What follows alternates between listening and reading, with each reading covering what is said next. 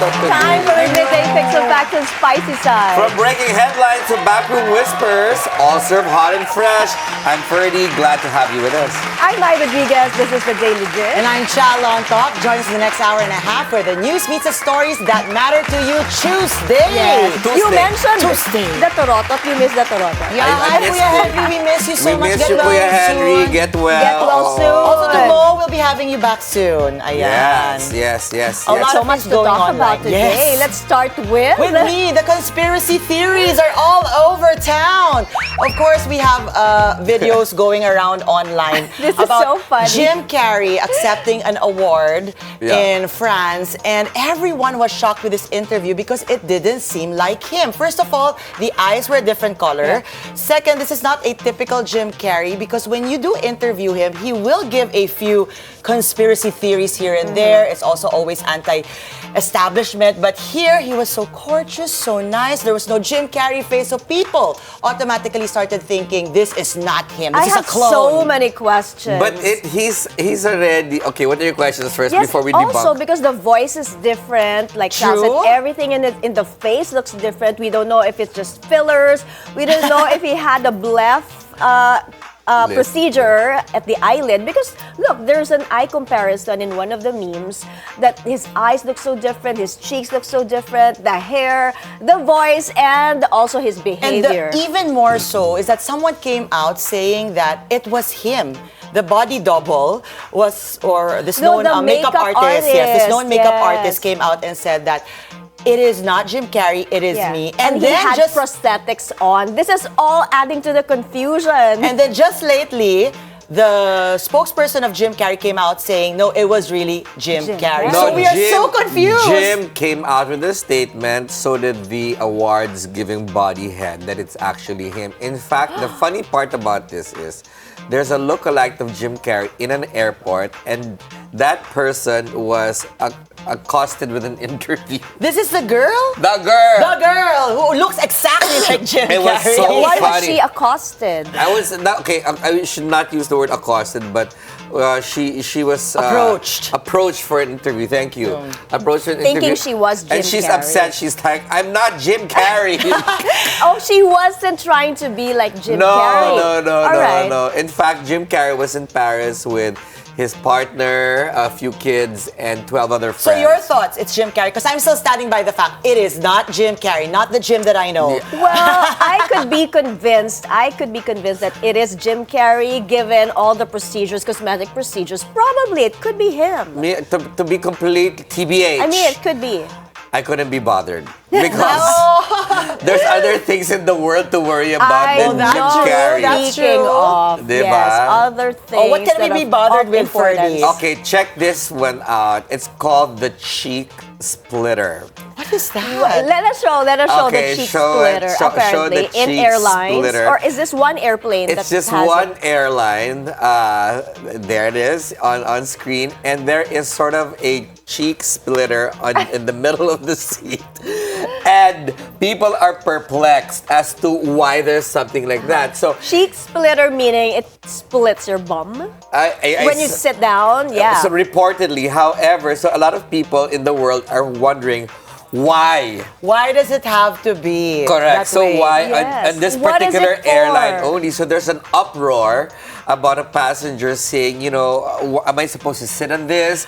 What benefits does it have? This reminds me of the Antonios in Tagaytay. In the women's bathroom, there's two toilets next to each other with no partition, and it's the same question people always ask, why those two are... For conversation. For conversations. Yun naman Yes. pala. I don't know. There should be a And this purpose one, to it. Chef yes. Tony Boy, I already debunked that, okay? It's for conversation, right? So Just like the cheek While doing your splitter. business. yeah, so particularly this seat, right? That's popular on some of their older aircraft. So the airline came out with a statement. There is an official statement. What is it? There's an official statement saying that certain parts of this row 15. Okay. Specifically. Specifically, Avoid row 15. The okay. aisle seat on row 15 has been permanently written off for Okay. use. Because Well, I'm glad to know that. It's off limits now. yeah, because it's bulkhead, and they don't want, if you stand up, you might hit your head. So that's why they so it's for placed safety. So that's why they put a cheek splitter in the middle, so it prevents passengers from sitting there. Okay, I so mean- that's good news. Nobody can actually sit there anyway. No, Well, but unless you want a people cheek have. splitter. People have sat How there, and they're like, unfortunate for them. and you don't have a boarding pass for these seats, and they sit there and they're complaining. I'm like, guys, It's not meant for you to sit on. you don't have your boarding pass that says 15C, let's just say. So that means to say you're not supposed to sit there, right? But if you sit there and complain, it's not on the airline, it's on you. It's your choice. Ginusto mo yan. Tagalog, ginusto mo yan. Well, you have to assert your rights as a passenger, right? You have to be comfortable and actually have a good seat. Yeah, It was their Assigned to you, choice to assigned sit to there. you. Ah, okay, It's yes. yeah, all the seats that are absolutely 1,000%, but they're not assigning her that seat. Yeah.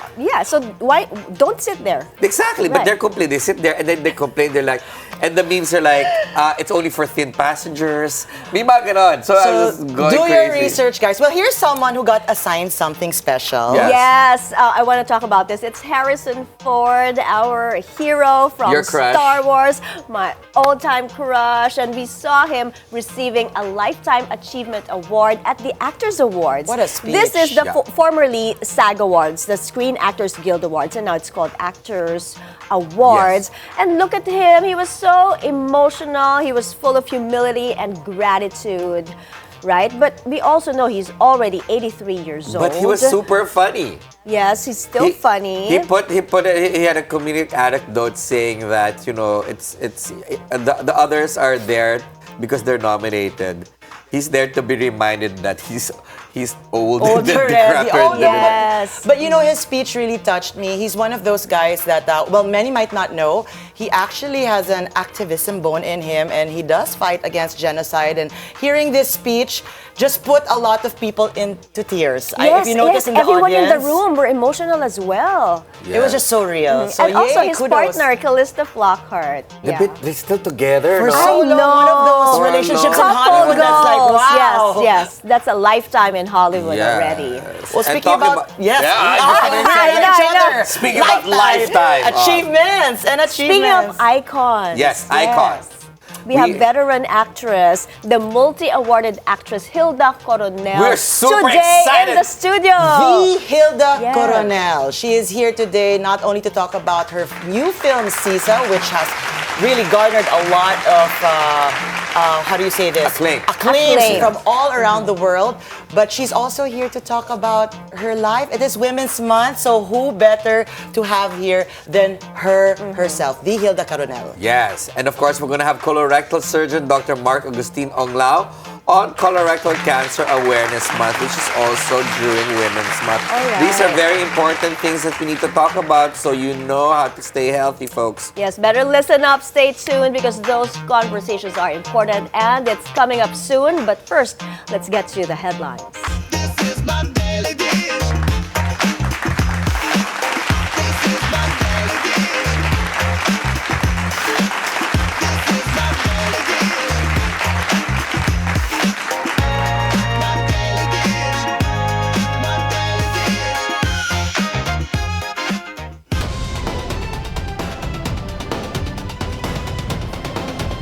In today's headlines, amid the ongoing conflict in the Middle East, President Marcos assures the public that Filipinos in the region will be repatriated safely.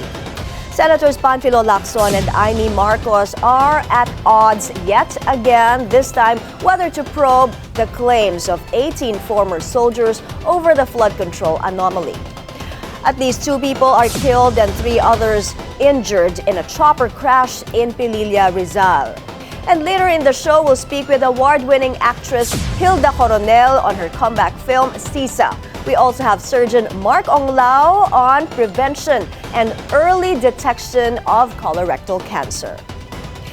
Our top story: as the conflict involving Iran enters its 4th day, President Ferdinand Marcos Jr. reassured the public that the government is working to safely repatriate hundreds of Filipinos trying to escape the escalating conflict in the Middle East. Authorities have received requests from over 1,000 Filipinos for assistance as U.S. and Israeli strikes continue in Iran, while Tehran launches retaliatory attacks on neighboring areas.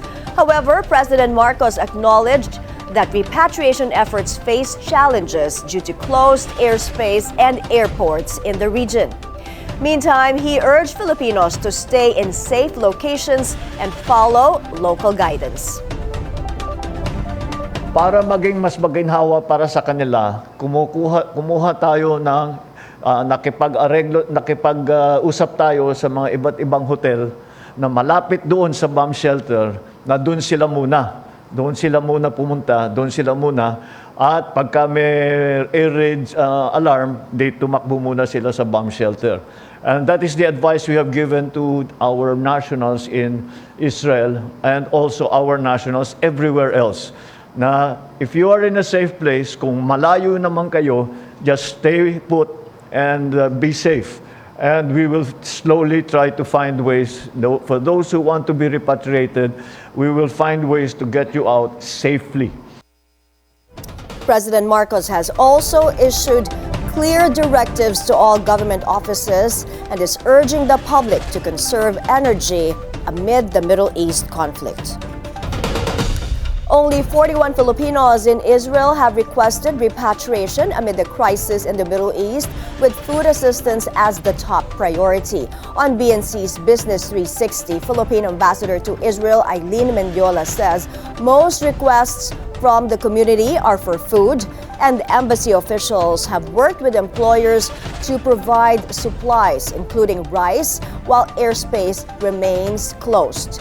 The Philippine Embassy in Tel Aviv has converted its consular office into a 24/7 crisis center to track alerts and coordinate with local authorities to ensure Filipinos are safe. And of the over 26,000 Filipinos here, only 41 have requested for repatriation. Having said that, we are all aware that the Israeli airspace is currently closed. So right now it will be very difficult for us to do any repatriation via Ben Gurion Airport. We're looking at other possibilities, and we're working together with DMW and OWA on this, just to be sure that it's a seamless undertaking. We did receive requests from stranded tourists, and we've registered about 35 tourists are currently here. We're here in Israel, and of this number, 27 have already gone to a third country. Progressive groups are strongly pushing back against what they call a blatant lie by the National Security Council that there are no U.S. military bases in the Philippines. This comes amid growing concerns over the ongoing conflict in the Middle East. Andrea Salve is on the line with the details. Andrea, go ahead. Mai, in a sharp response, Bagong Alyansang Makabayan or Bayan and the International League of People's Struggle said that EDCA sites in the country are effectively under U.S. control, and that amid the escalating U.S.-Israel war on Iran, these facilities put Filipinos in grave danger. This is the message the groups carried as they marched towards the U.S. Embassy in Manila earlier today. They denounced the National Security Council for claiming that EDCA sites are under the full ownership, control, and management of the armed forces of the Philippines. They asserted that despite these claims, U.S. forces are allowed to operate freely within EDCA facilities, stationing, rotating, and pre-positioning troops and military equipment at will. According to the groups, these sites function as staging grounds and operational bases for U.S. troops. As tensions escalate not only in West Asia but across the Asia-Pacific region, they warn that the Philippines is increasingly at risk of being drawn into wars not of its own choosing. The groups are calling on Filipinos to oppose the ongoing U.S.-Israel war in Iran, which they say has already caused death and destruction among the Iranian people and now threatens the lives and livelihoods of millions of Filipinos. With more than 2 million OFWs deployed across West Asia, the groups warn that displacements could sharply increase. The economic impact could also be severe, as remittances account for up to 9% of the Philippine economy, with as much as 30% coming from West Asia. The groups also warn of oil price shocks as the Philippines imports nearly 100% of its oil requirements. They stressed that Filipino households will bear the brunt through higher transport fares, food prices, and an increasing cost of living. The groups further condemned the assassination of Iran's Supreme Leader Ayatollah Ali Khamenei and members of his family and hold the United States and the Israeli government responsible for what they describe as massive destruction and loss of life, including reported deaths of more than 100 school children. Bayan and ILPS Philippines reiterate their demand to dismantle all EDCA sites and terminate all military agreements with the United States. They call for an independent foreign policy that promotes peace, respects national sovereignty, and prioritizes the interests of the Filipino people. Mai. Thank you. Andrea Salve reporting. Former National Security Advisor Clarita Carlos is urging President Bongbong Marcos to condemn the joint U.S.-Israel attack on Iran. On BNC's The Spokes, Professor Carlos stressed the need to address the safety of Filipinos abroad, warning that silence, even amid strong ties with the U.S., could have long-term consequences for the nation. How should President Bongbong Marcos prepare the nation for this latest global challenge? I think he has already spoken. Dapat magsalita din yung DMW. Anong nangyayari sa ating mga kababayan dyan? Siyempre, marami din akong relatives doon nagsasabi, okay kami dito, ate, ganyan. Ano. I think he should use the word condemn. To condemn the unprovoked attack. Because at a later time in the future, maybe he will no longer be there, I will no longer be here. This may happen to us. And if we keep silent right now, because we're at the embrace of the Americans, then we will pay dearly in the near to distant future. She also suggested that U.S. President Donald Trump may have been influenced by Israel, citing Israeli Prime Minister Benjamin Netanyahu's access to incriminating Epstein files. She also warned that Iran could escalate the crisis into what she calls a war of attrition, potentially undermining the strategic goals of both the United States and Israel. And if Trump thinks that he can cajole the Iranian public to, your leader is dead, therefore, move towards democracy. Let us remember they were the ones who destroyed democracy in 1953 when Mossadegh nationalized the oil industry. A foreign policy expert warns the country is still exposed to possible militant risks as regional tensions escalate in the Middle East. On Bilyonaryo news channels at the forefront, political analyst Romel Banlawi says terror threats in the Philippines are in decline but have not disappeared. Professor Banlawi notes that there are still Hezbollah followers aside from anti-Israeli and anti-American militants in the country. This comes amid concerns over the Marcos administration's stronger defense ties with Washington. Ang hinihintay ko lang may magbuhos ng pera sa mga to. May magbigay ng armas pag nagkaroon ng financing of terrorism. Baka meron. Meron yan kasi ngayon kaya in decline ngayon ang terrorist threats sa Pilipinas because they don't have funds and sustain military operations and also local government participation as well as vigilance of the civil society. President Trump earlier mentioned that the military operations against Iran may last 4 to 5 weeks if necessary. But Banlawi warns other Middle Eastern countries might become sympathetic to Iran. Anong magiging reaction ng mga Houthis sa Yemen, mga Hezbollah sa Lebanon, ng mga milisya sa Syria and Iraq. So hindi lang kasi Iran ang magiging problema. So magkakaroon yan ng mga reactions from other armed groups sympathetic to the current regime in Iran. Senators Panfilo Lacson and Amy Marcos are in conflict again, whether to probe the claims of a group of 18 former Marines accusing the country's top officials of pocketing billions of pesos in connection to the flood control scandal. Let's get more details from Hannah T on the phone with us from the Senate. Hannah, what's the latest? My first Senate President Pro Tempore Ping Lacson, the Senate should not validate or dignify what he said are mathematically and logistically improbable claims made by 18 former soldiers linked to the flood control controversy. Lacson questioned the believability of the allegation that 805 billion pesos in cash kickbacks passed through a single individual over a 2-year period. In a privileged speech, he said, while every accusation deserves attention, none deserves blind deference. Lacson said, laid out a series of computations from the estimated weight of 805 billion pesos in paper bills to the number of deliveries required to the share of this amount that would represent out of the country's total physical cash supply. Based on his estimates, the cash alone would weigh around 805 metric tons, excluding the weight of the suitcases needed to transport it. To move this much wealth at a limit of 500 million pesos per day, you would need to make 1,610 deliveries to Saldicos, Valle Verde 6 residence or somewhere else. Unloading, unpacking, repacking, reloading, and again delivering to different individual recipients. Even if they do it every single day of the year, it would take them 4.4 years to complete the 800 million peso deliveries, Mr. President. Lacson said it's needed to ensure that any testimony first passes basic standards of logic and believability before the Senate Blue Ribbon Committee convenes a formal hearing. But while Lacson is urging caution, Senator Amy Marcos is taking a different position.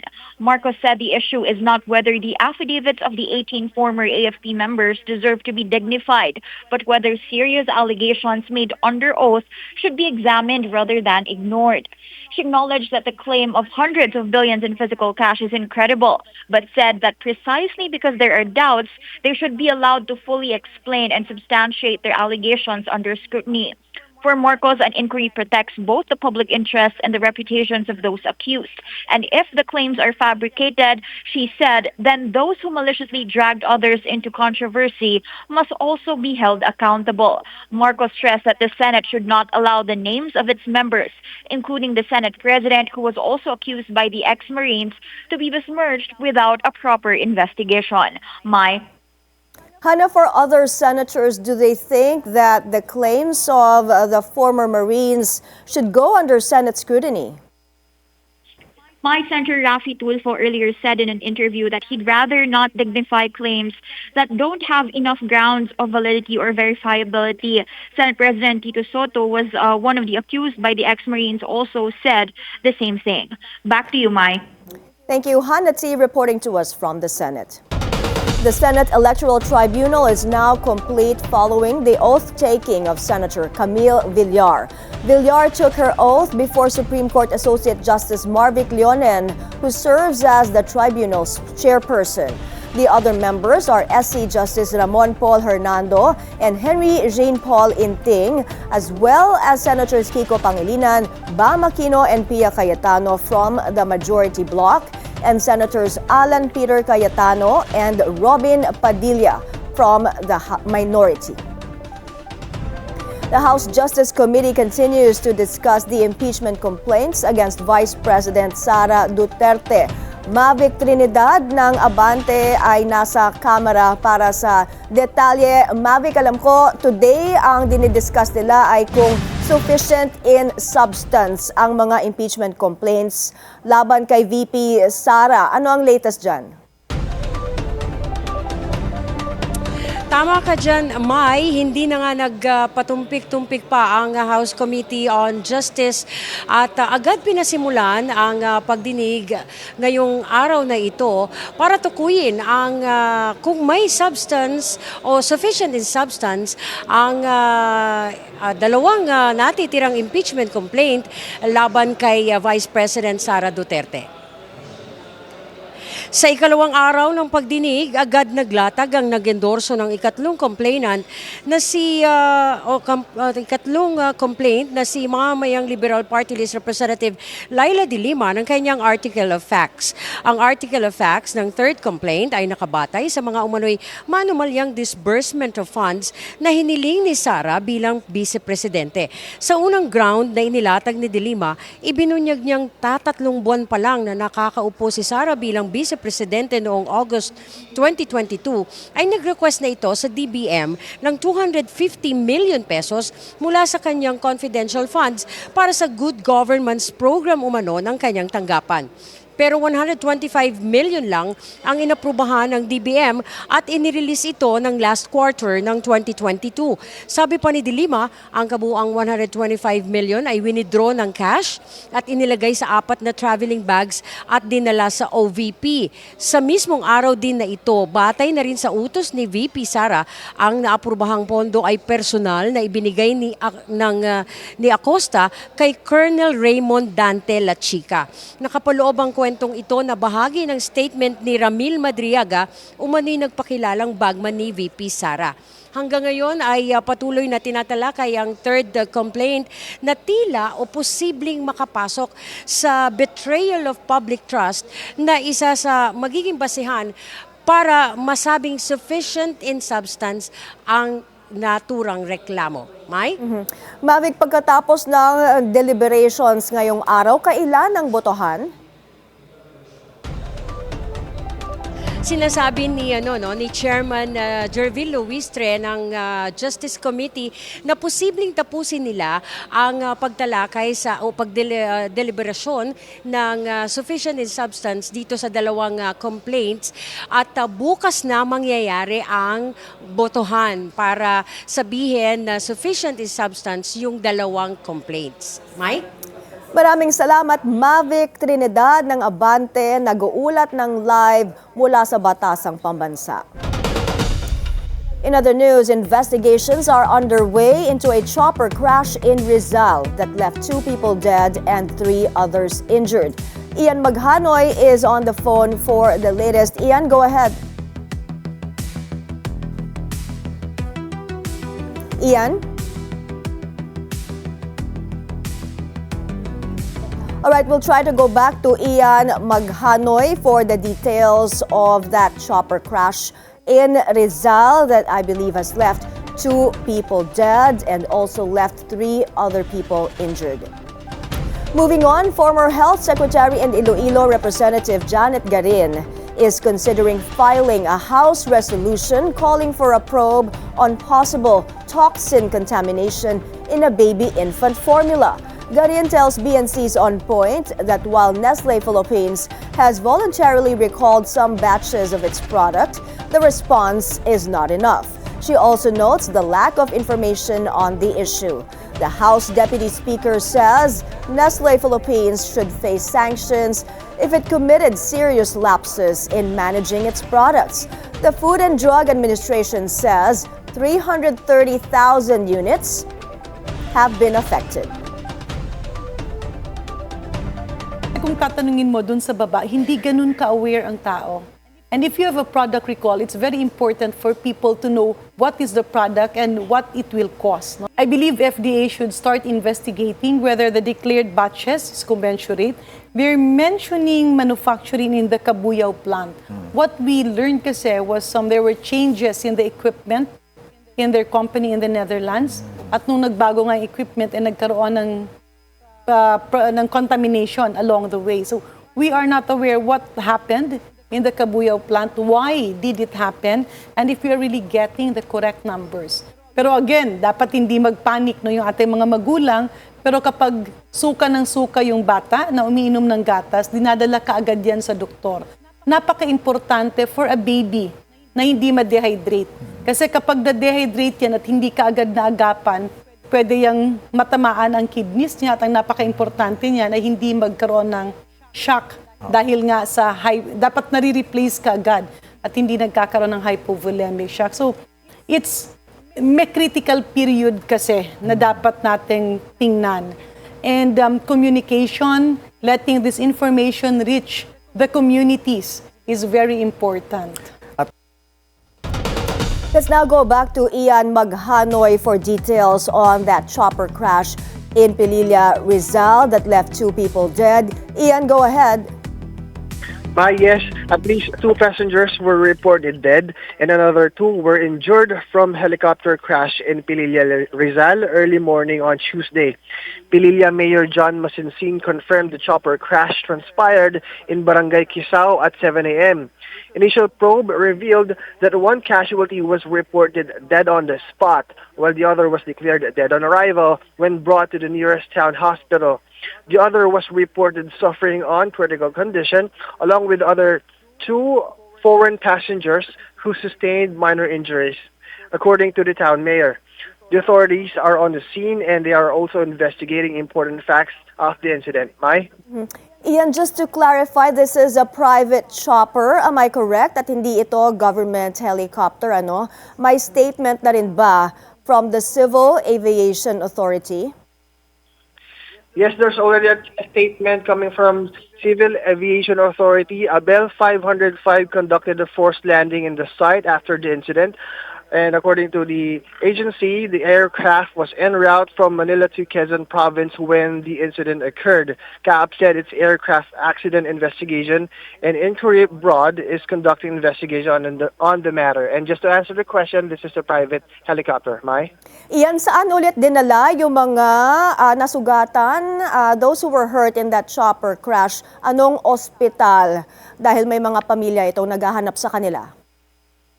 The LGU is yet to disclose the names of the hospital, but we will provide you the latest information on that from tonight's agenda. Mai? All right, thank you, Ian Maghanoy reporting.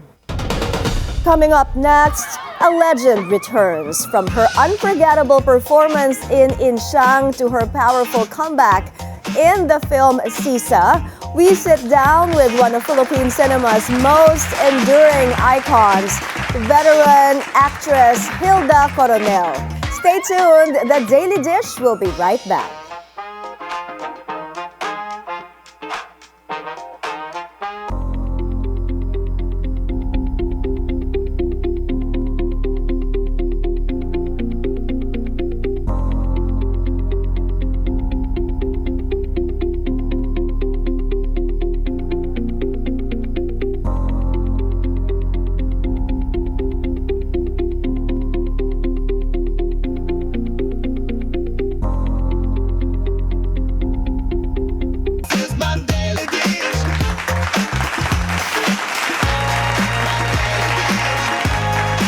Welcome back to the Daily Dish. Today we celebrate not only Women's Month, but a comeback that carries both history and heart.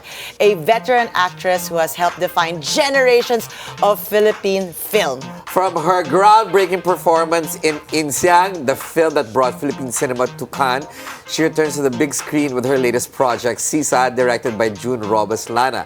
Please welcome to the studio the one, the only Hilda Coronel. Woo-hoo! Thank you. I'm so excited. We have been excited for this. I'm trying to hold my excitement up till now because I saw the Hilda Coronel in the green room. And I was pretending pa, yes, Miss Coronel. Parang kalmado lang, no? But deep inside. Deep inside, di ba? Deep inside, fan. Di ba?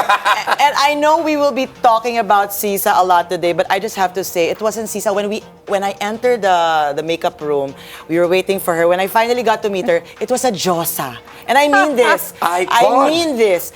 Like when you see her in person, 100 times more beautiful inside and out. Thank you. But I'm sorry, we're not gonna ask you regular questions today. Not in the Daily Dish. We want to find out about the Hilda Coronel, the fun side. There you go. Diba? Because we've missed you. I know what you want. What? I know it. That's later I pa. won't say anything. That's later pa. You know, you've been away for 14 years. Yes. And syempre, di naman kami feel bad that you left, but we're glad that you're back. Thank you. Even for a short while. Oo. But those 14 years that you've been away, What has transpired in the Hilda Coronel universe? Just a quiet, peaceful life. Just a housewife. Yes. Tahimik with my pets and my garden and my children, my son. Yun lang, and with my husband. Tahimik lang. Did you learn how to cook, grocery? no. You cook na before? Bata pa ako, nagluluto na ako. because you're Kapampangan, that's why. Lahat alam ko ng Talaga? alam Wait, ng yung trabaho. plancha, medyo very insyang yun, ah. Oo, marunong mahusay ako mamalansya. Wala pang mga nung araw, perma-press. Tsaka ang plancha ko noon, yun yung mabigat, tapos may coal. That's mabango. Oo, yun doon, nag-iigib ako ng tubig. I mean, Talaga? alam ko lahat ng trabahong bahay. Sino ko nagturo sa inyo? Sorry, Chang. Ang nanay ko kasi hindi naman kami mayaman. So, kailangan marunong ka maglaba, magluto, magsibak ng kahoy, lahat. You Sibak know, ng kahoy. everything. That's why Nung araw, powerful. hindi pa, wala pa yung mga hindi kalan-kalan, ganun talaga. Naglalagay ka ng kahoy, sisibakin mo pa yon. Yes, tapos magriringas ka Yun, pa. ganun, umuusok lahat yun. Parang sa Sisa, puro usok. Yeah. I love that you're sharing this, Miss Hilda, because I don't know if you're aware with the word that ginagamit ngayon ng Gen Z, unbothered. Unbothered. Unbothered. Hashtag. They've been using that, but not specifically to you, but I would like to use it with you. Kasi, despite everything that has transpired in your career, everything that you've been doing, working with the Lino Broca as well, and having all of these awards, unbothered. Like kanina when we were in the makeup room, you were just there, seated, smiling, and chill. I think so her how does hashtag, come across? correct. I think her Unbothered? hashtag is, hindi siya unbothered, hashtag Kebs. Kebs na ako. Have you heard of it? Yeah, but why? How does it not get into your head? I don't, they have all these titles for me, and I don't think of myself that way. I'm just an ordinary person and who works really hard, and to give you a story, I'm not a storyteller, but I make all the stories come alive. So that's just me. It's a job. Okay, ganito na. Since you've, which I can't really agree that you're an ordinary, you're a simple person. I cannot. I mean, sitting beside you is such an honor since I watched you in Working Girls. Alam mo yan? Working Girls, That's my huh? first film of yours. Yeah, okay. But ano mga myths about you as an actress or as a human being or goddess that you want to demystify? Yung mga chismis. Anong mga naririnig mo? Yun ang gusto ko.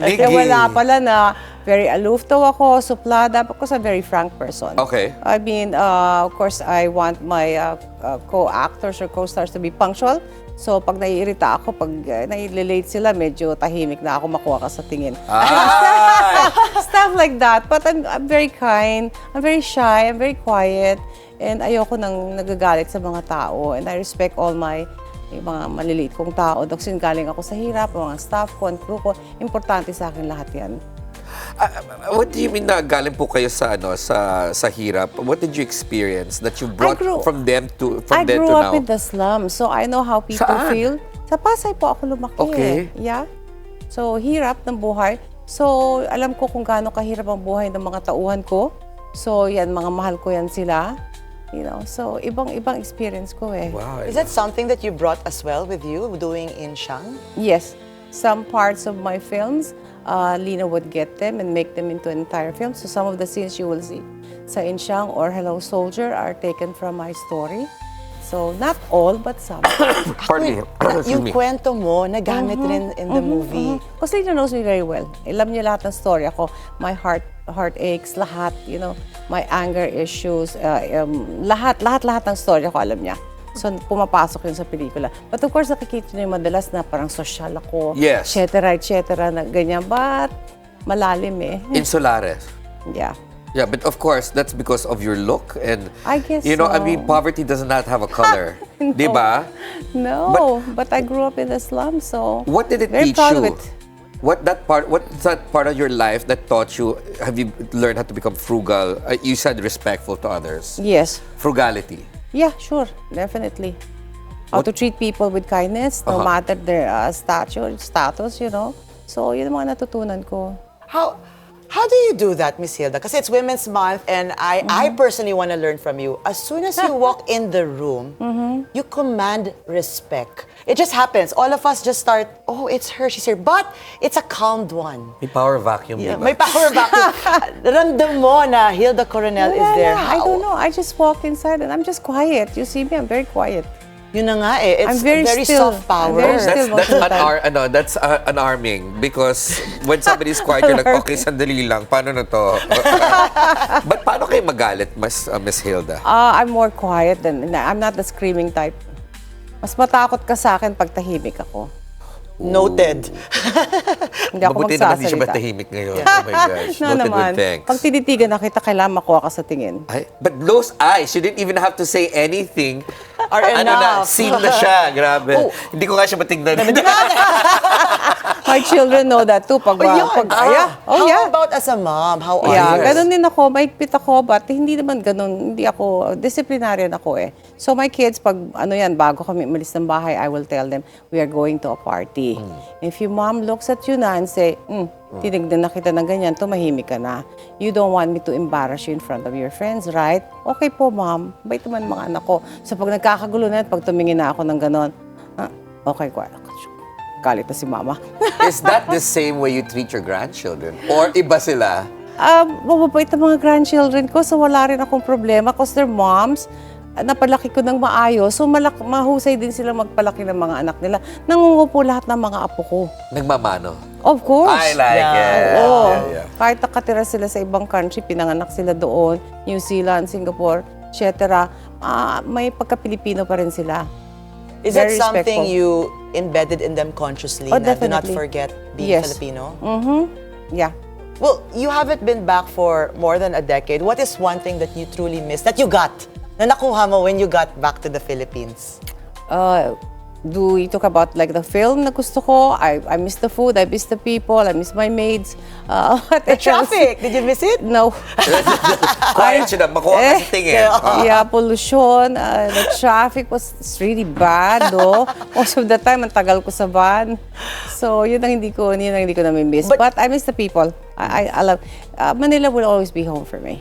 I was born and raised here. So, sa Amerika, iba, kanya-kanya kayo. I don't even talk to my neighbors.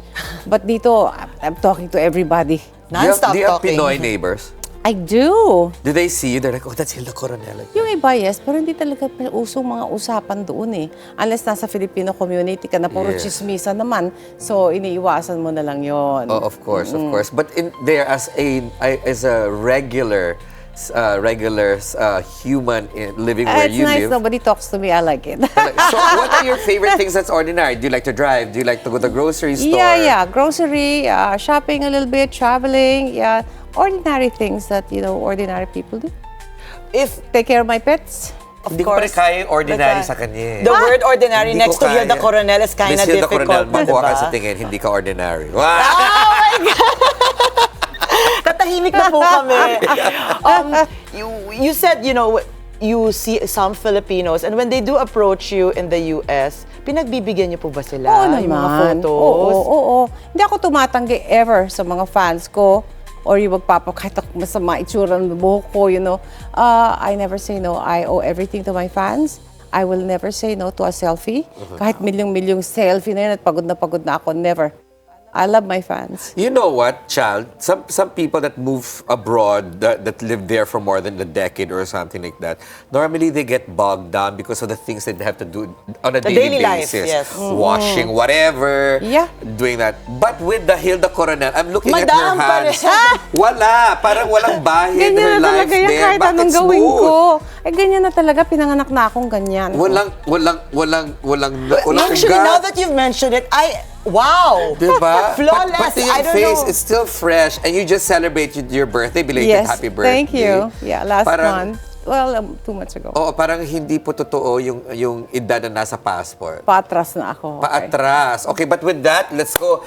We're gonna be talking about other fun stuff. And Okay. of course, your groundbreaking film, Sisa. Okay. We'll be right back with the icon, actress, Hilda Coronel after the break. The Daily Dish will be right back. Nautala ko. Nakuha ka sa tingin kasi. Nakuha ko sa tingin.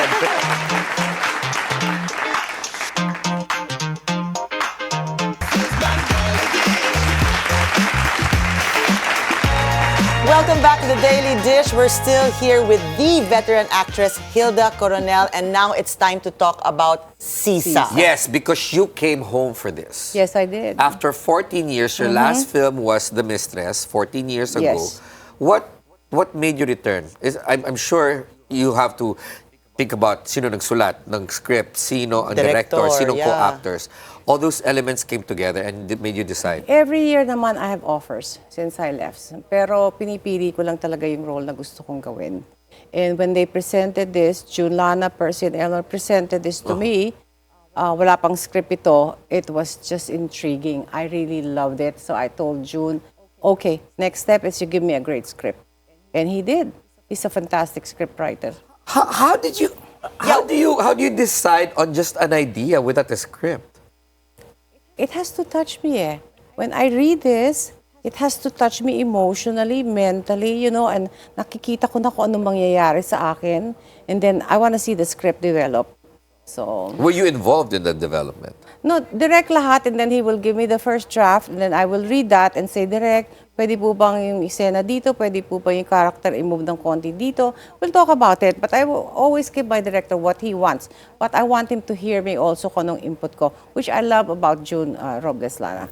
So, yun, then second draft, third draft, fourth draft, until I say, okay na ito, I have to give the go signal na, okay na to, direct, ganda. I wanted to pick up on what you said. You said every year you're offered.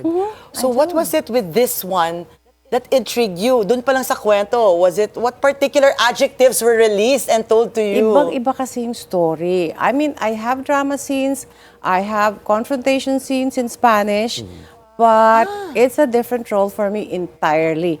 And hindi ko kikwento, you have to watch, but this is not Rizal Sisa, but of course, pinangalanan siyang, pinangalanan siyang Sisa because she pretended to be crazy. Yes. But she was a spy for the nationalists. Which now you've debunked my myth. Kasi I watched the trailer and the teaser. Sabi ko, wow, iba to. Yes. There's something underlying with the character because it's not necessarily, it's harder to play a mad person rather to play a sane person. I don't know. If you're a good actress, you can do anything. Nakuha ko sa tingin. See that? See that answer? This is why I'm seated here. That's why you're there. Nervous ka banda ron, ha? One of the things that's really important about Sisa is the role that a woman plays in terms of resistance, in terms of fighting along men. I find her the epitome of bravery, strength, and resistance. And heroism. And heroism. These are women marginalized, sabi nga ni June. And these are very strong women. And in those days, in 1902, hindi sila napapansin, you know. But they fought back. And Sisa, I find that Sisa's character is equivalent. It's symbolic of what was happening to the Philippines in 1902 when we are being oppressed by the Americans, you know, American occupation to eh.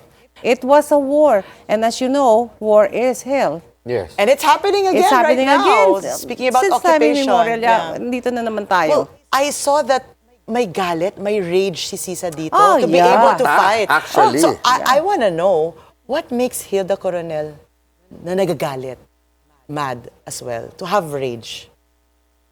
Pag may ginawang masama sa'yo, syempre. All of us, I think, reach a point in time sometimes when we really hate somebody or hate the things that have been done to us. And to Sisa, in this war, her family was decimated. Yes. So she was really so focused. Gusto niyang maka-deal ng blow talaga dito sa mga Amerikano na ito. So focus na focus yan. Maraming ginawa yan. I'm not gonna make you kwento. It's a different role for me that I truly, truly love. So this is the most... Iba ang ending, iba yung nangyari. But this one particularly, because the rage, as Charles said, is omnipresent. And so Saka yung rage niya tuloy-tuloy. Hindi lang doon sa mga Amerikano yun.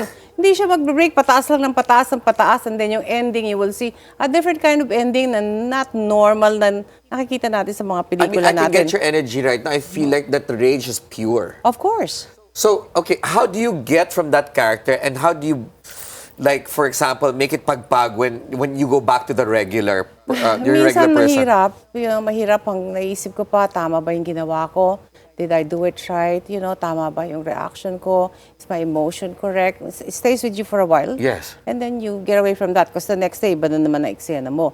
But the entire Sisa script already is nasa akin na. Habang binabasa ko yung script na yon, emotionally connected ako doon. Pag hindi ako napaiyak ni direct dun sa script pa lang, I can't do a script. I have got to be able to feel it.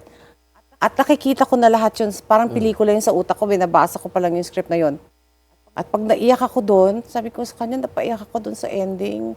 You know, so anyway, hindi ko kikwento ko anong nangyari. So ready ka na doon? Oh, definitely. You have to be ready. Once you read your script, alam mo na gagawin mo. Okay, I still want to stick with this, Rach, because there's a lot of people talking online na people would say, kulang daw sa galit ang mga tao. People lack being angry. That's why certain things, you know, whether corruption, whether the war that we're seeing right now, people are not speaking up. The U.S. Epstein. It's about, it's time we make a stand, you know? Hindi na lang lagi tayong tanggap ng tanggap. I think also parang manhid na tayo because araw-araw we'll see. We're seeing wars here, dito, doon. Parang pag nakita mo yung may pinatay doon, gaano karami, and we just go, next channel. You know, parang namamanhid tayo. But please, kawawa naman tayo dito sa Pilipinas. Lagi na lang tayong naaapi. Or we have to make a stand, whether it's about religion, gender, corruption, etc. We have to make a stand. It's about time. Yeah, Thank you and for that. you've given a film to the Filipinos as a gift. This Yes. one. And it's not only being shown here, it's actually been previewed and critically acclaimed abroad. Yes. Bakit nyo po inuna abroad than the Philippines? Siyempre, gusto namin makita muna ito sa abroad. Dahil Pilipino tayo, gusto ko makita nila kung gaano tayo kagaling. Then we bring it home here to our people. So we had the world premiere sa Talent Black Nights Film Festival in Estonia. And on March 5 or 6, nasa Fantasporto po kami sa Portugal. So and Wow, then amazing. we bring it home here. And it's going to be available Tomorrow. for the public. tomorrow. You Yes, have to tomorrow. watch it. Yes, at maganda po ang pricing namin. Our distributors and the theater owners gave us a very special price But para lahat makapanood. I think especially this is, students. yes, this is historical. It is historical, but it's a thriller at the same time. So mag-enjoy kayo for almost 2 hours because it's a thriller, it's fun, but you're gonna learn something else. It's very thought-provoking. You're gonna be questioning a lot of things that I never even learned in school about our history. About this time na sabi nga ni June was glossed over. So marami po kayong matututunan. I just want to say, because we've been saying historical and history, I think I'll correct that right now. I think it's her story. Yes. Her story. Sisa nga Beautifully is the done. Philippines eh. So you'll see what's happening at that time through the eyes of Sisa. Beautiful. All right. Let's make it lighter naman. Tumataas yung Relax. ko. Let's make it lighter. Oh, nga, I can feel it. The coded. I Now, love it. Yes. Miss Hilda Coronel, we have this thing called rapid fire here. Okay. So What do you do? we're just going to ask you a few questions, All right. and whatever pops in your head. Oh my God, okay. Ooh, I better be careful. Pag No filter, para just gusto fun. mo makuha Okay. yung reaction, batahin niyo po siya. Ako talaga, pasa ko sa'yo. All right, Pag first yung question, question. hindi gusto, Okay, Chal? mama. Oh, sige, sige. Okay, drama or psychological thriller? Drama. Drama. Indie film or mainstream blockbuster? Mainstream blockbuster. Ayan na, sinabi kayo, manood kayong Sisa. Oh, Dapat. A local actress or actor you'd love to work with. You haven't worked with, but you'd love to. Not worked with. Medyo patay na yung... I wanted to work with Hilda Rodriguez. oh wow. And I love to work with Christopher De Leon again. Yeah, so what about, well, I'll watch that. Marami kami eh. Diba? An international actress or actor you dream of collaborating with? Oh my God, I would love Meryl Streep, to work with Meryl Streep. I love Helen Mirren. I love Kate Blanchett. Yung mga ganun. I just imagine the poster. Super, like, I was thinking about it right now when you're mentioning it. I was like, my God, these people morph. You don't see them. You don't see their person.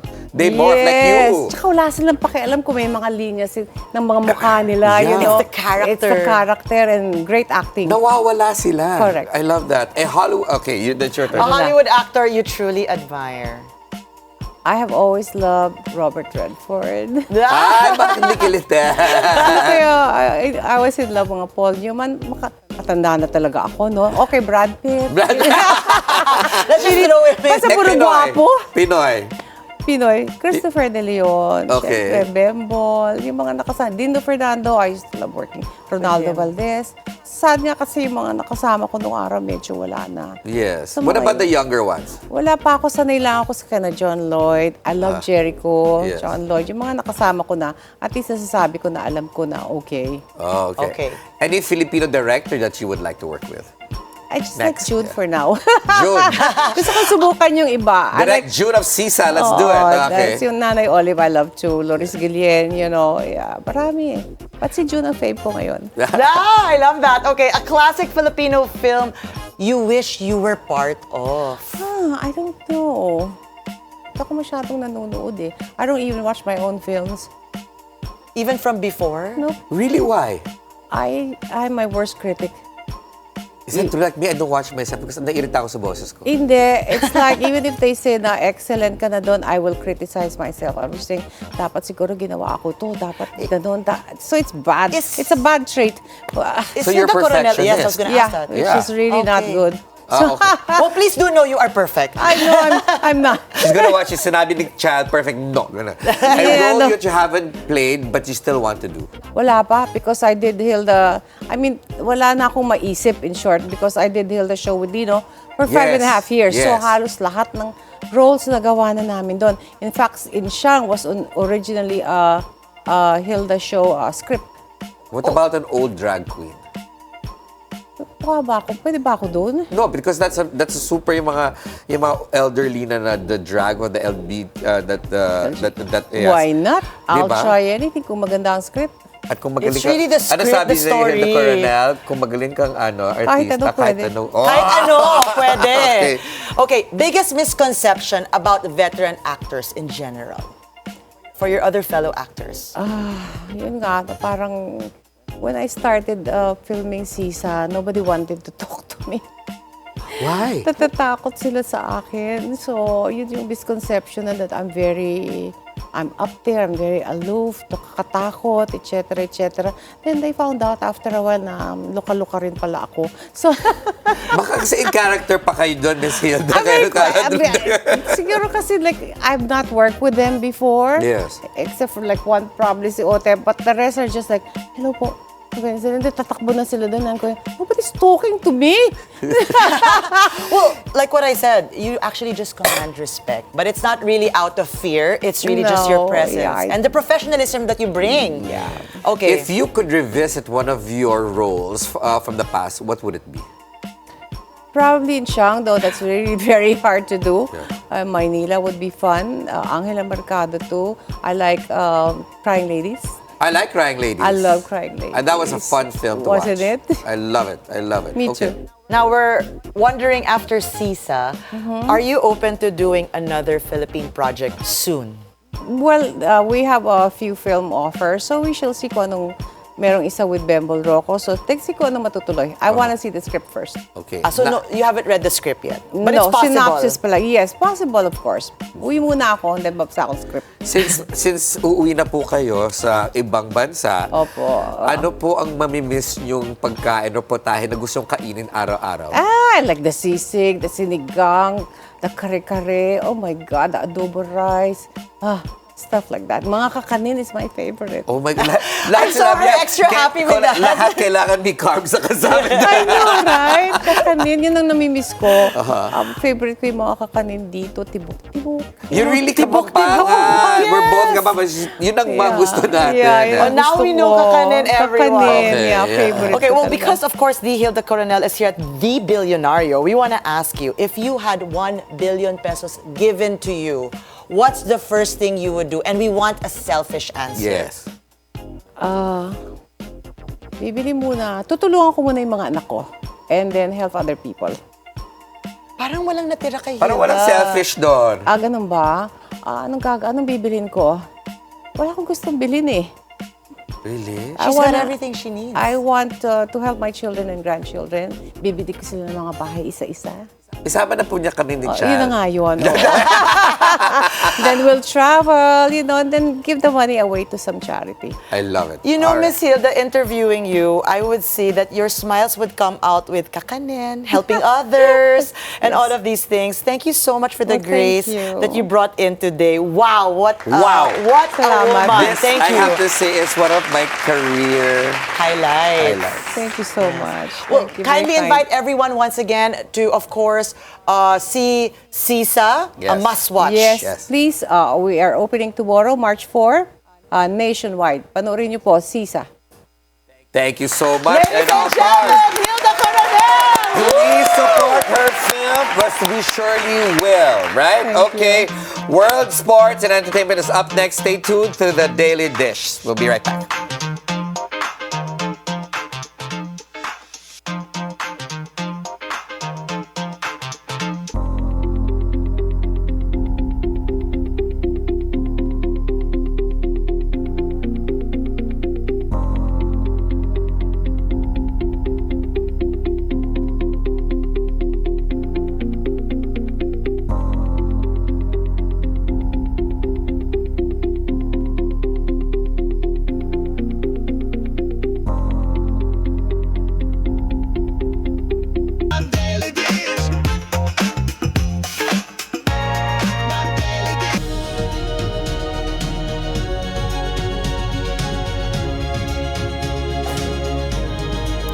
Welcome back to the Daily Dish. The U.S. Embassy in Riyadh was hit by 2 drones, causing a minor fire and some material damage. The Saudi Defense Ministry says the attack occurred amid ongoing Iranian missile and drone strikes on Gulf states allied with the U.S. Black smoke was seen rising over Riyadh's diplomatic quarter, but no injuries were reported. The building was empty during the incident that happened early in the morning. The embassy issued a shelter-in-place notice for U.S. citizens in Riyadh, Jeddah, and Dhahran. It also advised citizens to avoid the facility until further notice. In Lebanon, flares from air defense interceptors were seen in a southern suburb of Beirut early Tuesday as Israel targeted a senior Hezbollah militant. The U.S. and Israeli air campaign against Iran continues for a 4th day. In retaliation, Hezbollah and Tehran are still launching strikes in Gulf states hosting U.S. military bases. But Lebanon's government has banned military activity by Hezbollah, and officials say a ground invasion is not currently considered.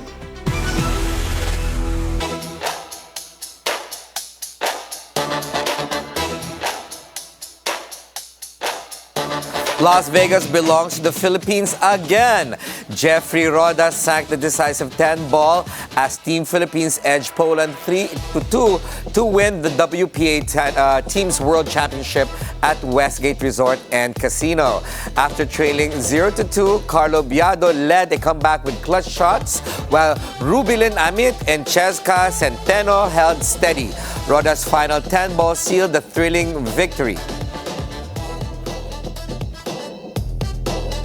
This is my first world titles, If I make it, we're gonna be the champion. And so great experience, and it's like a great gift for my birthday this coming, March 1.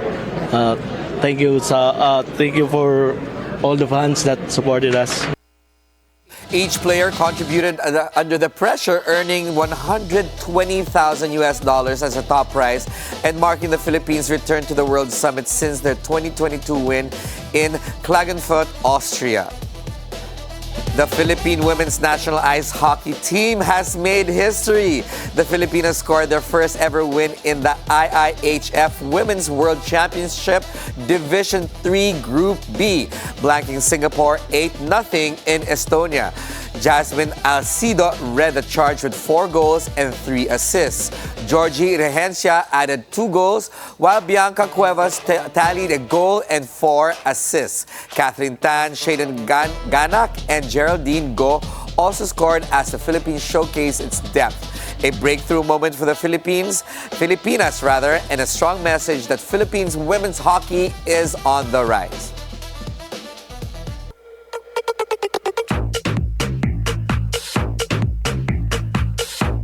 Here's something that a lot of you and even Ferdi will love. Silvana Armani, niece of the late fashion icon Giorgio Armani, unveiled her first solo collection for the brand at Milan Fashion Week called New Horizons. The show opened with sharp, masculine-inspired trousers and long coats in shades of gray and sage before shifting to elegant velvet evening wear in burgundy and midnight blue. Speaking to reporters, Silvana described her vision as a woman dressing women. Practical but elegant. Having worked alongside Giorgio Armani for decades, she previously led Armani Privé in Paris earlier this year. Her debut comes as the Armani heirs prepare to gradually sell or list the iconic fashion house on the market.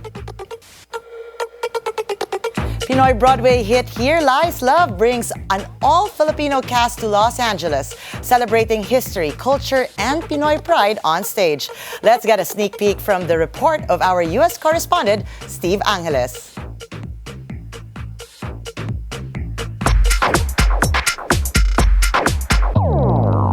And the story, represented by an all-Filipino cast. Here Lies Love has now hit the stage with Center Theater Group at the Mark Taper Forum in Los Angeles. Community groups welcomed the cast and a preview show with a special community night. This company has been working so hard, and so we can't wait to share this show with you. The disco musical, written by David Byrne and Fatboy Slim, first hit the off-Broadway stage in 2013. After stops in London and Seattle, it eventually made a Broadway run in 2023, with Giselle Tonji Walters as one of the producers. It was always a dream to bring it to Los Angeles, and I'm so thankful to Snehal Desai and to the Center Theater Group, because this is a hard production to stage. It is not easy, and on top of that, having an all-Filipino cast and creatives that are part of it, I mean, they went all in. The musical, starring Rihanna Cascio and Chris Renfro as Imelda and Ferdinand Marcos, takes a look at Imelda's rise to power and the corruption, violence, and authoritarian rule during the People Power Revolution. I want people to walk away feeling galvanized and inspired, and it's a bittersweet thing knowing that these things are happening today, but to walk away with the reminder that the people have the power. I'm excited to be surrounded by so much community and like to get to work on a project with so many other first-generation Filipinos, Filipinos who were born in the Philippines. I'm like learning so much about our history together and getting to create. It's been an amazing experience. Theater veteran Joshua Dela Cruz, who has been enjoying a stint as the host of the children's TV series Blue's Clues, is happy to be on stage to portray Ninoy Aquino, while Joan Amaldilia, who has played Kim in Miss Saigon on Broadway, takes on the role of Aurora Aquino. I knew about Ninoy, especially through my history with the show, but getting to dive deeper into the character because I'm playing him, I think one of the things that I was so amazed by is that in spite of everything that he went through, he was a pacifist till the end, and I think that it's such an incredible message and so inspiring, especially today when everything is about conflict. I get to see the magic of these young people doing their, showcasing their talents, and just awesome. It's just awesome. While most of the talents are joining the production in Los Angeles for the first time, Carol Angeli had been part of the New York productions. The creative team is different, so it's a completely different show altogether. New York City has a great population of Filipinos as well, but here in LA, it's so, it's a lot of Filipinos, and I'm so happy to represent that here. And obviously Broadway has a different cast, so this is a new generation of Here Lies Up Filipinos in the company. Members of the ensemble tell audience to be prepared for a night of Pinoy pride and entertainment. Lots of quick changes, there to support the story and doing lots of dancing and singing. Woo! Being in a room with so many incredible, talented Filipino artists is wild. It's like no other experience. It's so fun. It's like hanging out with family, but like everyone in the family can sing and dance their faces and their butts off. Due to the show's popularity and public anticipation, it will have an extended run until April 5th, featuring special designated community and cultural nights. From now until April, the Mark Taper Forum at the downtown Los Angeles Music Center will serve as a cultural hub of history, music, entertainment, and most importantly, Pinoy pride. Steve Angeles, Bilyonaryo News Channel, Los Angeles. Up next, we'll speak with colorectal surgeon Dr. Mark Augustine Onglao. Stay tuned for that.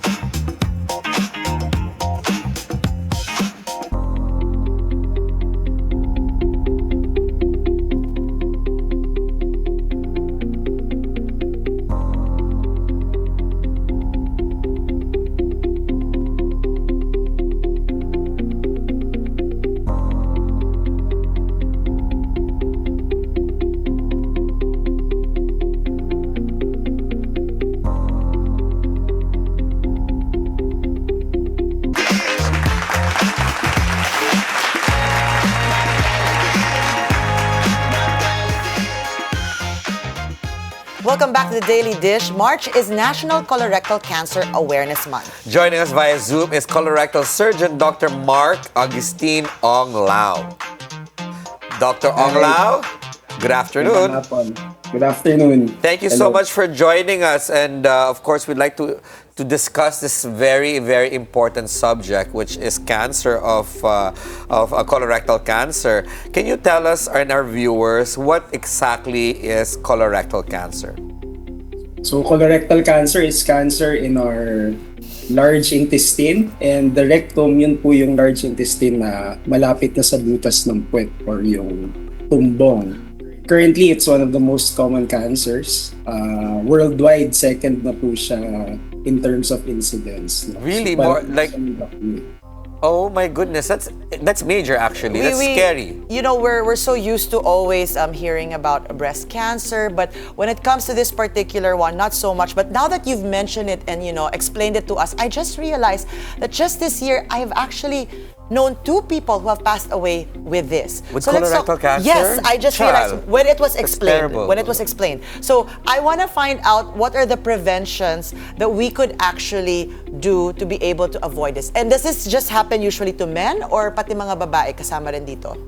Both, no? So unlike breast cancer is only for women, prostate cancer is only for men, colorectal cancer affects both sexes, no? Equally.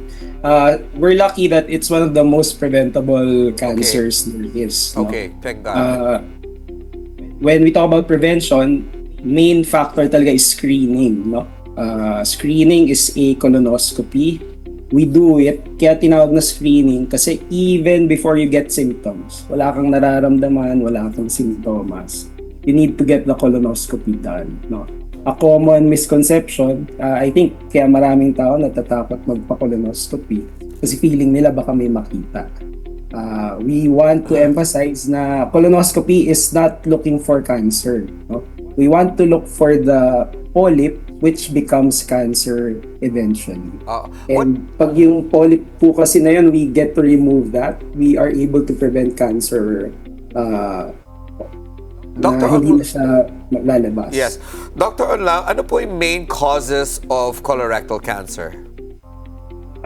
Main causes is really yung polyp which over a lot of years transforms into cancer. Takes a lot of time, over 5 to 10 years. Is it based on diet? Is it genetic? Is it what are the push button points here?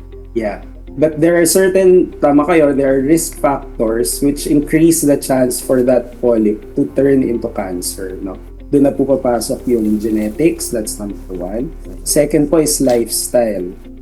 There are a lot of things in our diet like processed food, low fiber, that can increase the chance na magkakaroon tayo ng cancer. Then there are also other lifestyle factors, no? Sedentary lifestyle, kulang sa activities, smoking, obesity. All of these increase our risk for colorectal cancer. Dr. Onglao, one follow-up question with that. You spoke about, of course, diet and obesity and weight. Does it mean to say, like, if you've got a big gut, you need to talk to your doctor about possibilities of having this? It increases your chance, no?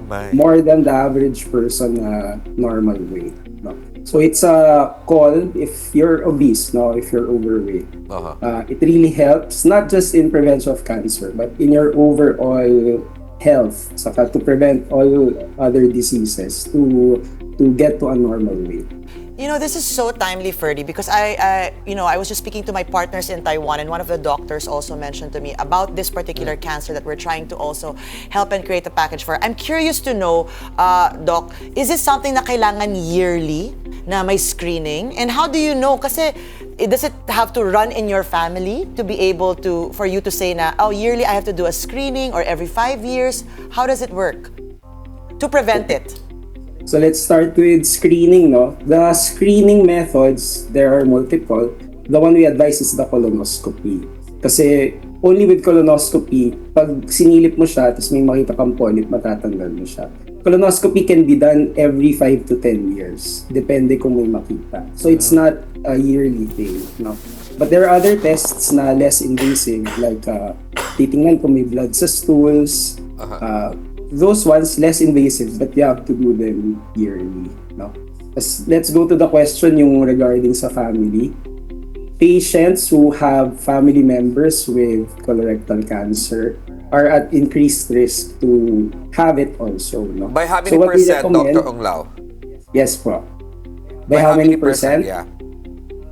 Almost double the average. That's alarming. Well, what about the count here in the Philippines? Since we're talking about numbers, good question on that, Ferdi.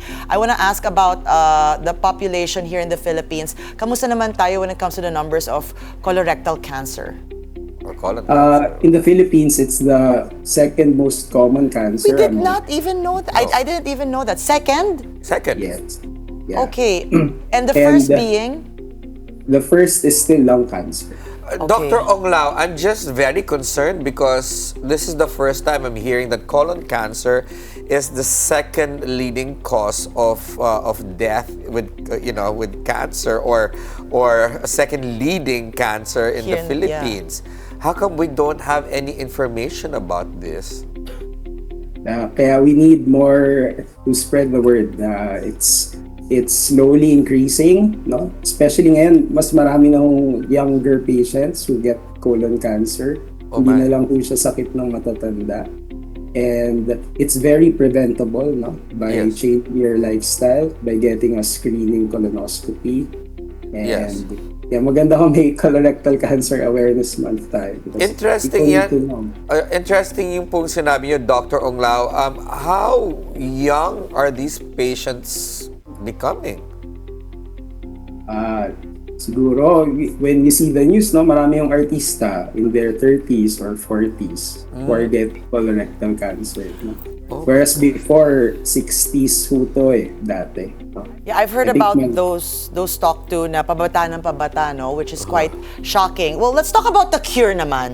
Okay, you said earlier on, it's actually easy to cure as long as you're able to detect it. Can we talk about that? Yeah. So it's the best way is really to prevent it, no? Hindi mo na hayaan na yung polyp maging cancer. So that's why even before you get symptoms, you have to get screened at either 40 or 45 depending on your risk factors. But if you do get cancer, it's important to catch it early. The earlier we catch it, the easier it is to treat. Early stages of cancer, we treat by surgery. No? Tatanggalin natin yung part ng bituka na may bukol. No? And then the later stages, unfortunately, will need additional treatment such as chemotherapy or radiation therapy. Yes. No? So pansin nyo, the more advanced the stage, mas nagiging complex yung treatment. So ang take-home point dito is to catch it very early. Yes, Dr. Onglao, we're getting a few questions. What are the symptoms of colon cancer? Most common is blood in the stool. Okay. No? May dugo sa dumi. Other symptoms po, pagbabago dun sa character ng dumi natin. No? Normal stool po is bulky, malaki. Pag napansin natin luminipis siya, parang lapis, or parang dumi ng kambing, mga pellets. No? That's a sign na baka may bukol na po. Okay, pero po yung constipation. Yes, Dr. Onglao, yung sinabi niyo po yung blood in your stool, does that have to be like every day or once in a while? If you see blood there, go straight to get yourself checked, or what's the advice here? syempre, the more persistent it is, no? Sabihin, every time dudumi kayo may dugo, the more concerned it is, no? Pero ayaw rin naman natin magpanic yung mga pasyente, no? Most blood in the stool is actually benign, no? Either almoranas or may sugat sa puwet. Pero we don't want kasi na baliwalain yung dugo, no? Kasi yun yung common na nangyayari sa pasyente, may konting dugo, iisipin nila, almoranas lang yan, mawawala din. Okay. So any blood in the stool, we advise magpatingin po sa doktor. I want to take advantage of you being here, Doc, and ask the question, what's that process when you clean out your colon in your gut? Colon cleanse? Yeah, the colon cleansing. Is that something advisable that we should be doing? Is that something that could also affect this type of cancer? Currently, in the medical field, no, we don't have clear studies to show na may benefit siya. Yeah. I think patients who do it, they feel relief na na-empty yung stool. But there are a lot of other things we can do to help our bowel health, like having a high-fiber diet, drinking plenty of water. Okay, great. Yes. Any other? Okay, so sorry, going back to what you were saying a while ago, Dr. Onglao. So aside from blood, aside from the texture of your stool, are there any other, like you said, also loose bowels? What other symptoms can we look out for? Sometimes constipation, sometimes loose stools.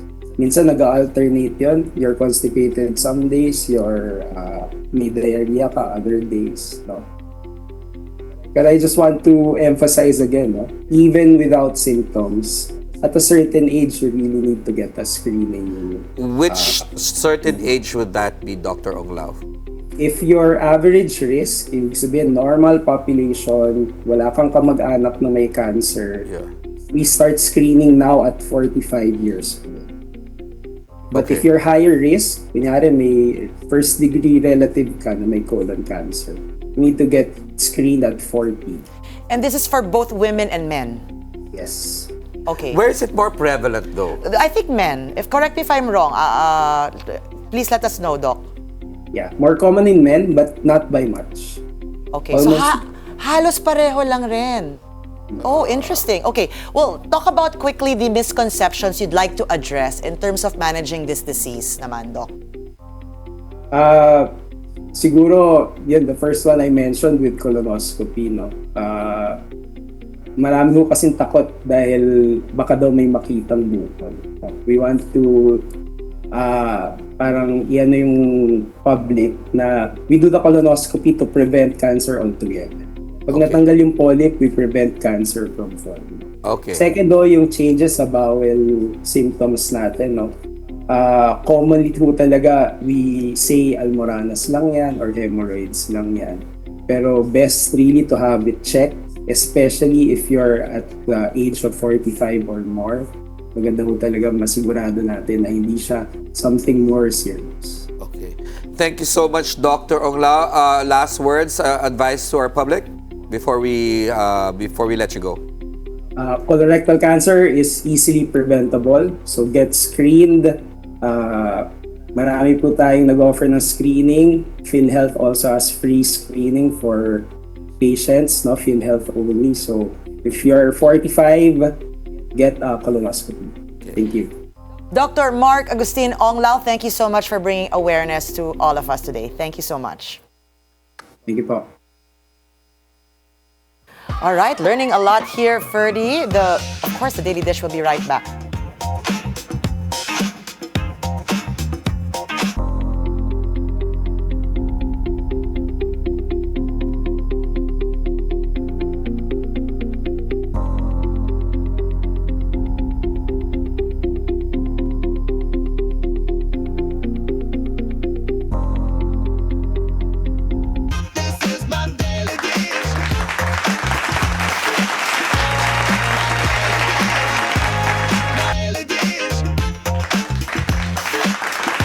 Welcome back to the Daily Dish. Tomorrow, we'll speak with Cebu Governor Pam Baricuatro about her life as a public servant. Catch that at noon only here on the Bilyonaryo News Channel. And that's it for us today, Tuesday, March 3. Join us again tomorrow for more Real Talk. A lot of spilled tea with zero filter. I'm Ferdi Salvador, always on top with the news and stories that matter most. I'm Chal Lontoc. Stay tuned to the Bilyonaryo News Channel. And thanks for making us your lunchtime companion. I'm Mai Rodriguez. That's a Daily Dish served.